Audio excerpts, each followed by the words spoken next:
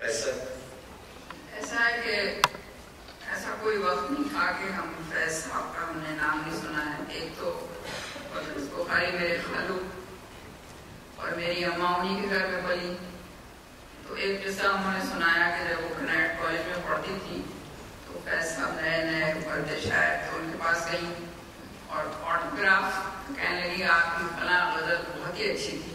कहने लगा बीवी अच्छी तो थी मगर मेरी नहीं थी।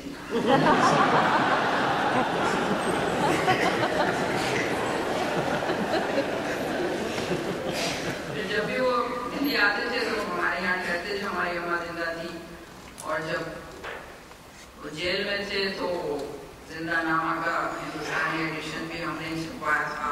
गुजराल साहब ने उसका कवर बनाया, अभी तो मिलता नहीं है, नायाब है वो कवर, बहुत खूबसूरत था। फिर जब वो आते थे, जब हमारी अम्मा गुजर गई तो आ गए, तो इसका मतलब दिल्ली में आए तो और सब काम मुझे छोड़ देना पड़ता था। दिन रात बस उन्हीं के साथ रहो और जहाँ जाए वहाँ जाओ।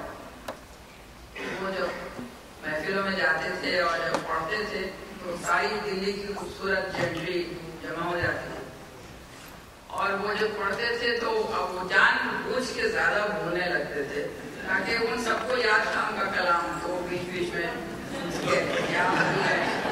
तो ये सब बड़ा मजा आता था। तो एक दफे जब वो आए तो उन्होंने कहा रात के वक्त आए, कहने लगे आज है चांद है, हम आगे चलते हैं। टैक्सी की है मैंने, एक और भी साहब थे मुझे याद नहीं कौन थे, वो हमारे साथ गए और हम तकरीबन आगे पहुंच गए। कहने लगे अरे बीवी वो ऐसा है कि मेरे पास तो वीजा नहीं है। मैंने कहा रात का वक्त है, आपको कोई नहीं पहचानेगा, अगर पहचान लिया तो फिर पूछेंगे कि आपका वीजा है, तो आपको यकीन नहीं होगा। वो वापस आ गए दिल्ली, आगरे भी गए वो, मैं जिस बहम कि कहीं वो पकड़े ना जाए। तो इस तरह की और बहुत सी चीजें हमने बहुत उनसे कहा कि आप लोरका का तर्जुमा करिए, कई दफे वायदा किया कि मैं करूँगा, नहीं किया मैंने कभी। बस ऐसी बहुत सी हैं यादें, आप उड़े देंगे तो शायद इससे मुझे याद है।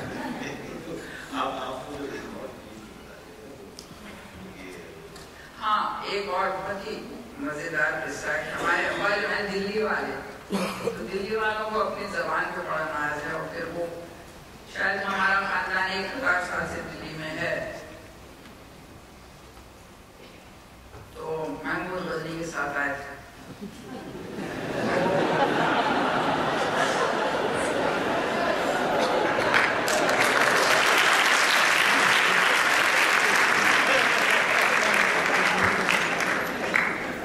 तो उनका कोई मजमुआ नया आया, तो अगले दिन अब्बा ने उनको उनके सामने रखा। कहने ऐसा आपकी कलाम तो लाजवाब है मगर जबान में बड़ी गलतियां हैं। सम्मान किया उन्होंने कि कहाँ गलतियां हैं। तो उन्होंने कहा कि अब जैदी साहब ऐसा है कि अब तक ये चल ही रहा है तो ऐसे ही चले।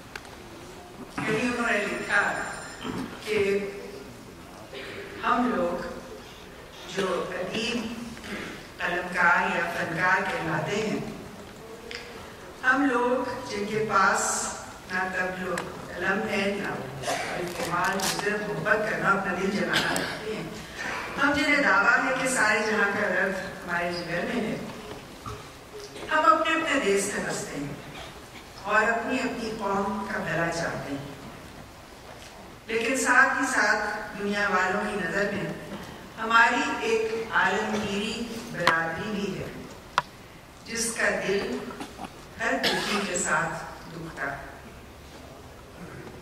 ये दुख सुख हमारे अपने ज़मीर और अपने दिलो दिमाग की तख्लीक होता है, जिसे ना मुख्तलिफ हुकूमतों की सियासी मसलहतों से वास्ता है, ना सियासी जमातों के मखसूस तकाज़ों से।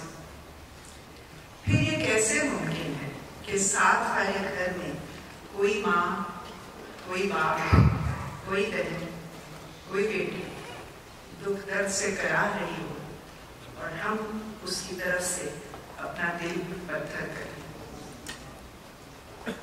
बाज़ औक़ात हुकूमतें मसलहतों की बिना पर अपने दिल को पत्थर और अपने ज़मीर को बहरा भी तो कर देती।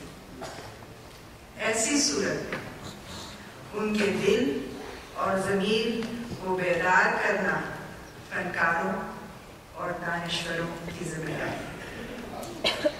तो ये याद कर सकते हैं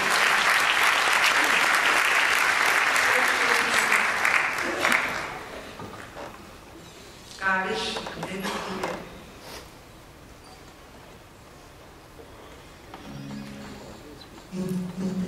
मेरे दिल मेरे मुसाफिर,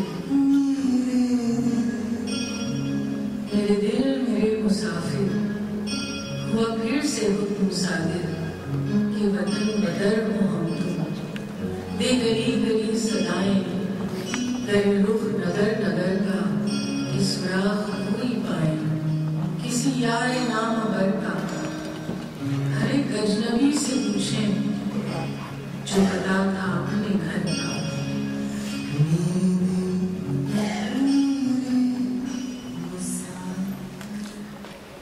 7 समुंदर पार से शबाना ने अपनी आवाज हमें भेजी। आज वो खुद आई हैं जावेद के साथ। आइए।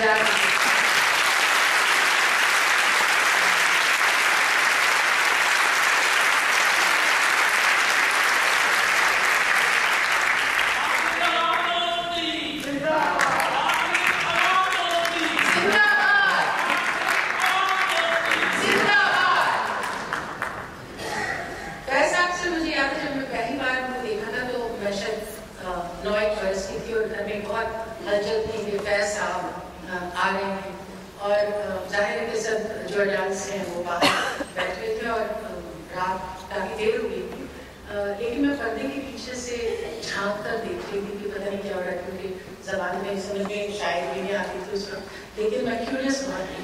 तो फैज साहब ने मुझे देखा और कहा ये शबाना ही है ना, बुलाओ उनको। तो मैं आई, तो इन्होंने कहा आओ मेरे पास बैठो, कैफी इजाज़त है ना बैठ सकती हूँ। तो कैफी साहब ने कहा कि हाँ, अगर ये जिम्मेदारी लेती हैं कि कल सुबह स्कूल को नागा नहीं करेंगी और बंद नहीं करेंगी तो she can come and sit with us, so it's according. तो मैं बैठी रही और ऑब्वियसली कैरी ऑन। जब काफ़ी देर होने लगी तो कहने लगे अगर स्कूल बंद करना चाहती हो तो मैं कैफी से निपट लूँगा, डोंट वरी। बहरहाल कई सालों के बाद ऐसा हुआ कि जावेद के घर में एक नशिस्त थी, तो वहाँ एक शायर साहब थे जो ज़रा ज़्यादा थिरक रहे थे और दिल तक लुटने की कोशिश करते थे। तो उन्होंने ये कहा कि कभी कभी हम ये सोचते हैं कि फैज साहब जितना अच्छा लिखते हैं अगर उतना अच्छा सुनाते तो कितनी अच्छी बात होती। तो फैज साहब ने ऊपर ही देखा उनकी तरफ, वही अपनी सिगार का एक कश किया और कहा सब हम ही करें, कुछ तुम भी तो करो।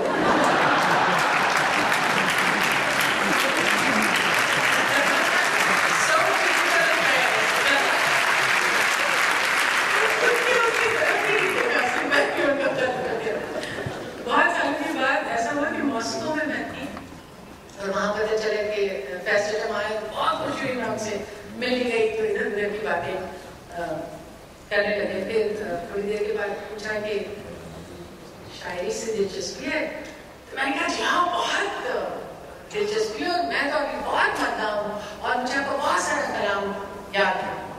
तो उन्होंने कहा अच्छा, तो मैंने कहा हाँ देख तो दिल के जहाँ से उठता है वो मासा कहाँ से उठता है। तो इसे अच्छा ये हमारा कलाम है जी, कैसे मालूम? मैंने मेरी हंसी में जो गाया है। तो उन्होंने कहा अच्छा अब हमारा ये तारीफ होगा कि जो मेरी पसंद आते हैं वो कह रहे हैं। तो मैंने जी मैं बौखलाहट में मैंने ऐसे कर दिया। एक्चुअली देखिए मुझे याद है जैसे बात करनी मुझे मुश्किल कभी ऐसी तो नहीं थी। तो कहने लगे मीर की हद तक तो ठीक था लेकिन बहादुर शाह जफर को हम शायद नहीं मानते।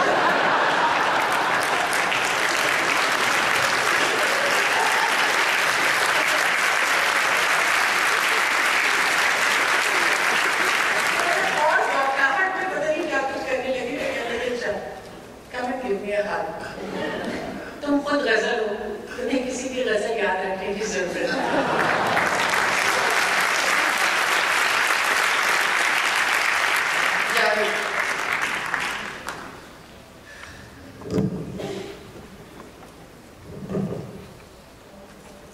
जो मैं आपको किस्सा सुनाने वाला हूँ, कुछ शुक्र है कि मैंने फैसल की हयात में ही सलीमा को सुनाया था और सलीमा ने कंफर्म कर दिया कि इसलिए वरना कोई नहीं मानता।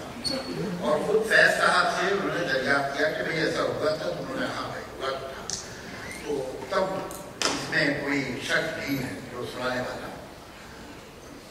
देखिए जिंदगी में दो लोग जिनका मैं नस्र में कृष्णचंद्र और शायरी में फैज साहब का फैम रहा हूँ, मुझे अच्छी तरह याद है कि मैंने अपनी जिंदगी में इन लोग का नाम पहली बार कहा सुना। बहुत बचपन में भी सुना होगा, वो ध्यान नहीं, लेकिन मेरे ख्याल से मैं 8 या 9 साल का था कि जब मुझे स्कूल में उर्दू क्लास में एक मजमून दिया गया सुबह का मंजर। अब सुबह का मंजर हमने सोचा 8 बरस की उम्र में कैसा होता है। तो मैं लखनऊ में रहता था एक जगह सिविल लाइन्स में, वहाँ बनारसी बाग में जिंदा जाकर जो दूर है वो काफ़ी दूर है वहाँ से, लेकिन किसी ने मुझे बताया था कि बहुत अर्ली मॉर्निंग में शेर की दहाड़ने की आवाज़ हमारे घर तक आती है। तो मुझे अच्छी तरह याद है कि मैंने मजमून शुरू किया कि सुबह सवेरे जू से शेर की दहाड़ने की आवाज़ आती है और जिन लोगों के घर जू के करीब होते होंगे उन्हें शायद भालू की आवाज़ भी आती है। तो मजमून कुछ इसी किस्म का था। तो मेरी खाला ने देखा और बहुत नाराज भी उसे फाड़ के फेंक दिया कि क्या बेरूकी है, और खुद मजमून उन्होंने लिखा कि सुबह सवेरे किसान अपना हल कंधे पे रखे पैर को लेके खेती तरफ जाए, तो मैंने कभी देखा ही नहीं था, और बैल के गले की नुकड़ी घंटियाँ वगैरह वगैरह। तो और मुझे बहुत डांटा कि तुम्हारी हिम्मत कैसे इस तरह मजमून लिखने की, तुम हम लोग क्या कृष्णचंद्र समझते हो? तो मुझे ख्याल है कि कौन कृष्णचंद्र जो सुबह के ऊपर इतना अच्छा मजमून,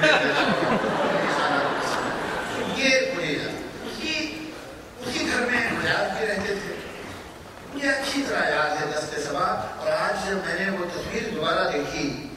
लफ्ज़ में जो आप लोग दिखा रहे थे, वो फैज साहब की जवानी की तस्वीर है, एक मफलर ऐसा पड़ा हुआ, वो दस्ते सबा में छपी थी।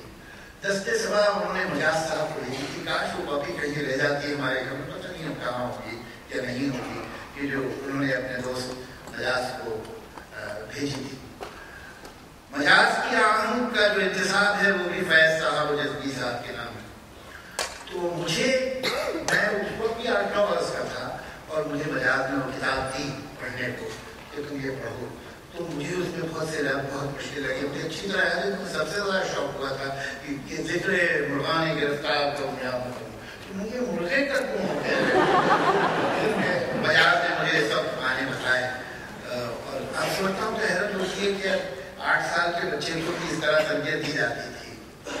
बहरहाल उसके बाद हम स्कूल कॉलेज में बाजी और शायरी से दिलचस्पी, और वो जिंदानामा हो, नक्शे यादी हो, दस्ते सभा हो, आज भी मुझे तब मैं आपको कभी बैठ के नहीं सुना दूँ। तो मैं बम्बई BA पास करने के बाद मुंबई चला गया और फिल्म इंडस्ट्री में 2 ही वक्त बड़े बुरे होते हैं, एक तेरे आने से पहले, एक तेरे जाने के बाद। वो आने से पहले वाला वक्त था। तो मालूम हुआ कि फैज साहब ये बात मेरे ख्याल से 70s की है, 78 या 77 में, इससे पहले थी। अच्छा, तो 60s की, सॉरी 60s की, 70 में तो मुझे मिल गई। तो 60s में ये 68 या 67 करेक्ट। तो अब वो कहते हैं फैज साहब बरसों के बाद बम्बई तशरीफ लाए मुशारे के लिए। कुलसूम सियानी खातून थी, जो अमीन सियानी बड़े मशहूर बेटियों के एक आवाज़ हैं, उसकी उनकी बात है, और बड़े वहाँ का मुतबर्रिर और बड़ा बाइज़्ज़त घराना है सियानी। तो उन्होंने ऑर्गेनाइज की।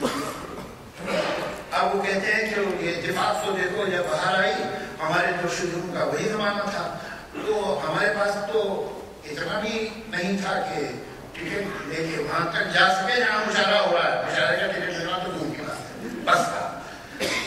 तो अब एक फ्रस्ट्रेशन में बड़ा दुख कि क्या है, जिंदगी कुछ भी नहीं है, देखिए ये हाल है, फैज शहर में मैं जा भी नहीं सकता। और उसको उम्र शायद 20-21 साल की थी। तो ठहरा मेरा कहता था, वहाँ पर प्रोहिबिशन था, किसी के साथ चले गए, ठहरे पे हम गलत करते रहे। और उसके बाद इतना हो गया था कि होश नहीं रहा, या होश आ गया कि बगैर टिकट के भी तो सफर किया जा सकता।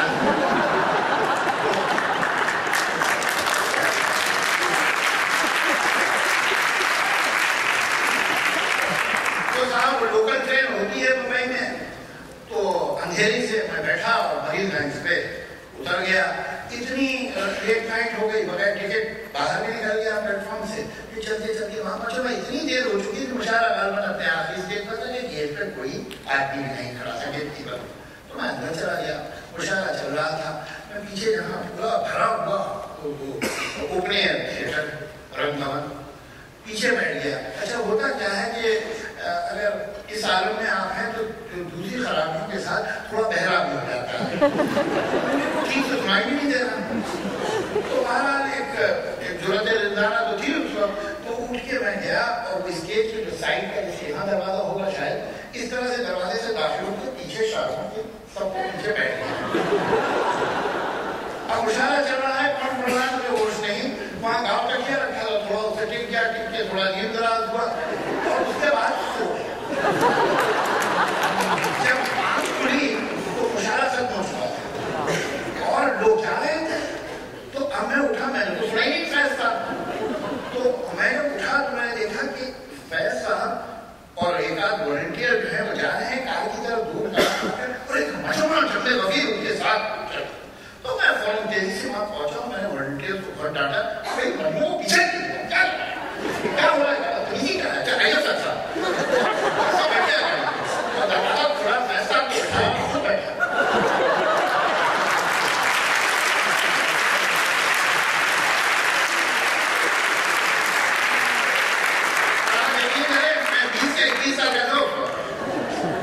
बैठा और मैं वॉलंटियर आगे बैठा, मैं गाड़ी चलाई, क्या करते हैं, क्या तब अब फैज साहब वो भी उसी तरह आए थे। तो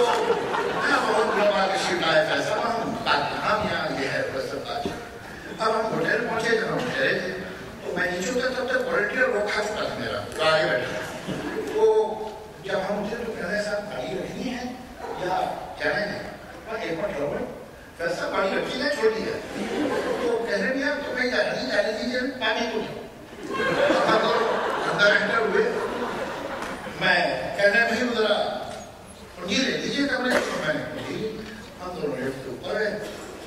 मैं दरवाजा खोला भैया अगर आप कुछ शॉप करना चाहें तो इंतजाम कर लीजिए बाकी सब यहाँ है।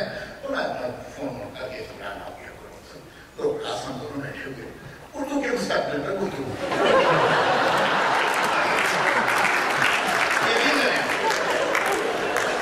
उर्दू के रस्म खत के बारे में मैंने तो सवाल किया और आप जवाब देने लगे। थोड़ी देर बाद सरदार जाफरी साहब मजदूर साहब एंटर हुए तो देखा है तो बड़ी संजीदा उसको कुछ पूछ रही है। तो वो क्या कहते भाई आपके होंगे तो वो भी बैठ गए। अब मैं तो पहले मतलब खबे से स्कॉच तक का सफर लंबा होता है। तो अब बातचीत चल रही है तो मैं फैसला और बैठो सोता हूँ क्या आप सुनाइए। तो मैं अंदर गया दो बैठे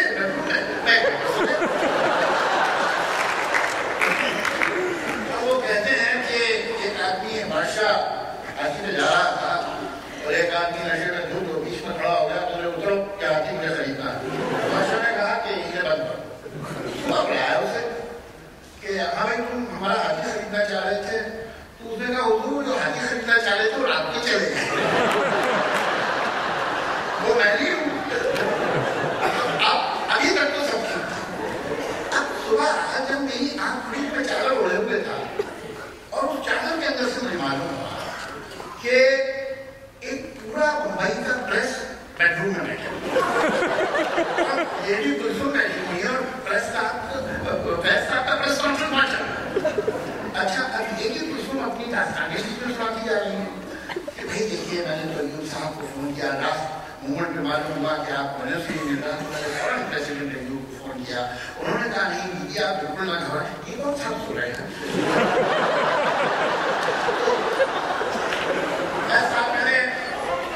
भाई ये वो नहीं खैर अयूब साहब से तो देखी बात है और उन्होंने कहा कोई मसला नहीं है। तो इस कदर मतलब यहाँ तो लोग इस कदर उदास थे और बेकरार थे इतने वर्षों से आप तो सुने नहीं सके हैं। तो यहाँ पर मतलब ये एक मसला हो गया भाई किसे काट दें किसे ना दें क्या ये कौन है। भाई ये वो है कि खैर उनकी मोहब्बत है लोगों की मुस्तकिल चल रहा है तो सवाल कर रही है और ये जवाब देने के बजाय निकल रहे हैं ये तो निकल रहा है मैं कैसे लिखूं।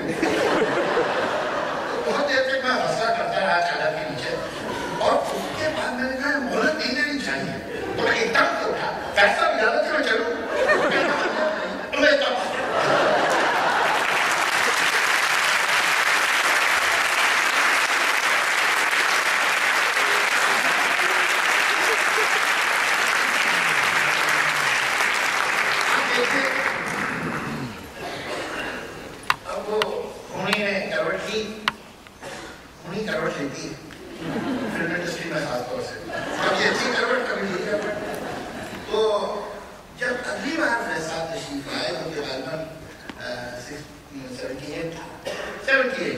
ये बात जो है 60s की है और ये 70 है। तब तक हमारा भी ठीक हो गया था घर वर भी था सब कुछ था। तो साबित है थे बहुत उमदा साहब थे मुदीर भी थे पब्लिशर भी थे उनका इंतकाल हो गया अभी चंद बरस पहले। ये सुनील दत्त के कजन थे। उन्होंने फैज साहब का एक इतना खूबसूरत शख्सियत नंबर निकाला था और उसमें हम लोग बोर्ड में थे सब ताकि वो मैं कर सकता था क्या। तो उसका हिला था और हम लोगों ने दावत दी फैज साहब को तशरीफ लाए। तो वो मेरे घर पे देखिए जहाँ सारे शायर मौजूद थे। जदगी साहब जो है उनके पुराने दोस्त जदगी साहब भी थे जाफरी साहब भी थे रफी साहब भी थे अब्दुल इमाम थे राही मासूम रजा थे और शहरियार जवान शायर ये सारे शायर थे। मुशार तो नहीं उसे कह सकते कि अजीब सी नशीस थी उसमें पूरी फिल्म इंडस्ट्री भी थी जलीम साहब थे अफ्ताब थे वगैरह। तो ये तय पाया सबने तो कहा भाई हमें तो क्यों सुनना है। तो बहुत बहस के बाद ये तय पाया कि अच्छा ठीक है हर शायर आके 4-5 अपने शेर सुनाएगा, उसके बाद फैज साहब सुनाएंगे, फिर अगला शायर आएगा, फिर अपने 4-5 शेर सुनाएंगे, फिर फैज साहब सुनाएंगे। तो हर शायर के बीच में फैज साहब से तो और जो शबाना ने किस्सा सुनाया वो उसी शाम का है कि हसन कमाल साहब उसके कंपेयर कर रहे थे प्रोग्राम को, उन्होंने जरा लराफत का दामन थामना चाहा। तो कहने कभी कभी ख्याल आता है कि फैज साहब जितना अच्छा लिखते हैं उतना अच्छा पढ़ते भी, तो क्या होगा। तो फैज साहब कहने लगे भाई सब कुछ हम ही करें तो तुम्हें तो करो। वो अजीब दिलचस्प वक्त था, वो याद करता हूँ। कुछ मौन बातें भी हो जाती हैं। अब जब वो तशरीफ आए थे जमाने में, एक फूल की बहस एक उर्दू अखबार ने आपके रास्ते उर्दू अखबार ऐसा करते रहते हैं, बहस शुरू करी कि तरक्की पसंद जो अब्दार हैं वो गजल में सबसे पहले कौन लाया, और ये फैज अहमद फैज को क्रेडिट दिया जाता है। तो दरअसल तो मजरूर इसके बानी है, अब मतलब वो मुंबई में रहते हैं तो बहुत ही बदलाव की बात है। वो के जमाने में क्यों है वहाँ शहर में मौजूद है, तो छाप है तो वो जरूर कहीं ना कहीं फैज साहब को भी किसी ने बताया होगा कि किसकी बेहूदी हो रही है। तो जब बात हो रही थी वहाँ पर बीच में उनसे सवाल भी किए जाते थे, तो फैज साहब कहने लगे कि भाई देखो हमने तो एक ही अच्छा काम किया है कि दोस्त बहुत बनाए हैं और वो दोस्त हमारा इश्तेहार करते रहते हैं, तो ऐसी कोई बात हमने है नहीं, हम उतने ही अच्छे बुरे हैं जितने के हमारे सब दोस्त शायर हैं। बल्कि सच्ची बात तो ये है कि इनमें से कई हमसे अच्छे भी हैं। देखो हम कितनी भी कोशिश कर लें, हम मजबूर से बेहतर ज़्यादा थोड़ी कह सकते हैं। अब ये बहुत बड़े आदमी के साथ एक तरफ मुझे ऐसा लगता है कि इसमें कितनी हलीमी है, और दूसरी तरफ मुझे लगता है कि इसमें कितनी फुटेजबाजी है कि अगर मैं खुद भी कह दूँ तो क्या फर्क पड़ेगा।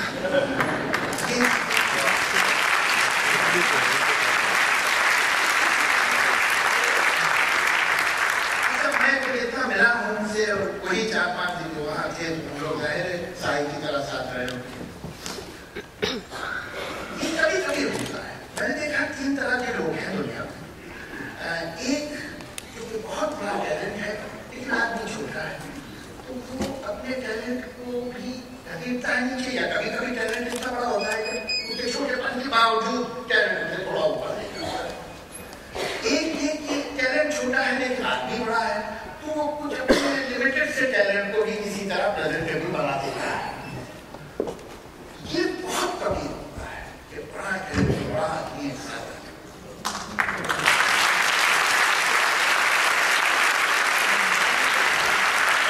होता है, तो फिर गालिब होता है, तो फिर फैज होता है। ये कभी कभी होता है। कल जो आपने बचाने की बात की ऐसे ही वहाँ हो रही थी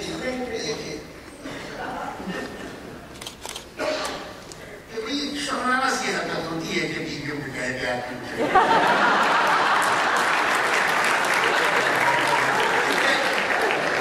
ये भी अंदाजा होता है कि दोनों में मोहब्बत बहुत है, और ये भी लगता है कि दोनों का आईक्यू जरा महदूश है। बार कह देता हूँ भैया वापस तो जाना ही है। मैं यही अर्ज कर रहा था कि देखिए क्या है कि जब हम खूबसूरत शायरी करना चाहते हैं तो खूबसूरत मौजूद ढूंढते हैं कि अच्छी बात हो सके। एक रोशनी होती है, किसी कल बात कई बार हो रही थी कि फैज साहब की शायरी में रोशनी है। क्या देखिए रोशनी भी कई तरह की होती है। एक रोशनी होती है जो हर शय को साफ दिखा देती है, एक और रोशनी और भी है जो चांदनी की रोशनी है। चांदनी में एक अजीब खूबी है कि वो वीराना हो कि शहर हो, महल हो कि खंडर हो, खेत हो, तालाब हो, जोहर हो,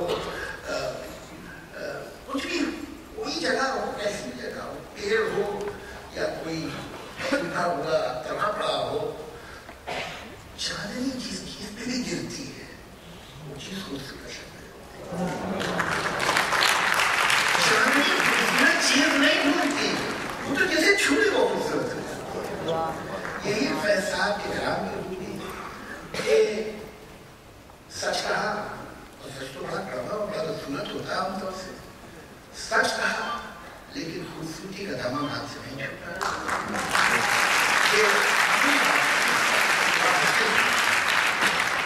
और वो जो जुमला था मुझे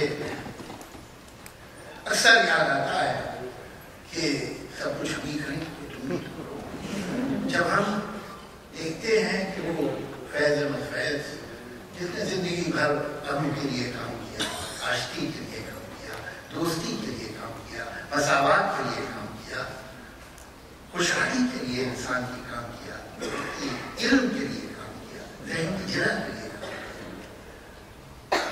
तो हम ये भी देखते हैं कि दुनिया में आज भी जंग है, जुल्म है, नफरत है, इस्तेसाल है, अंधेरा है। तो मैं तो जब देखता हूँ फैज अहमद फैज की किताब की तरफ, ये सब कुछ देख के वही एक जुमला याद आता है, सब कुछ हम ही करें तो तुम भी करो।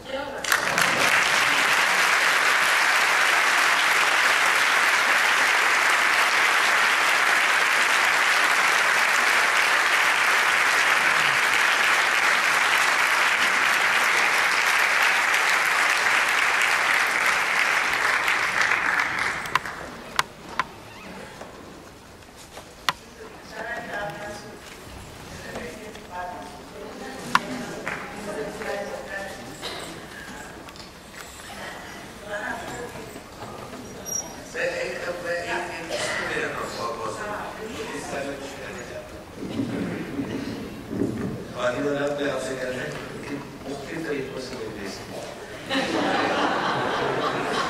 एक दफा मैं और इन्होंने भाया मेरे सामने रखा और मुझे कहा कि अगर मुझे इसका यकीन हो रहा होगा मेरे दोस्त को सुना। अच्छा आप सब जानते हो तभी 3-4 साल नज़्म है।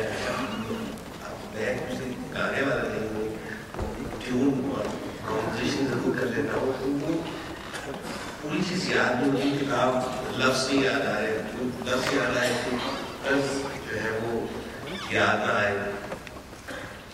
ऐसे इन्होंने देखा मुझे पसीना भी आना शुरू हुआ, वो काफ़ी लोग वहाँ पे ऐसा भी मैं बोल रहे थे ऐसे। तो he came to my rescue और इन्होंने वो तभी पूरी गाली ऐसा बहुत लोग महसूस हुए, खुश हुए, इनको बिल्कुल परफेक्ट आती। तो जब इन्होंने गाना शुरू किया तो फिर मुझे भी याद आनी शुरू हुई। और इन्होंने कान में एक बात कही, मुझे कसम खाओ कि तुम्हारी तरह से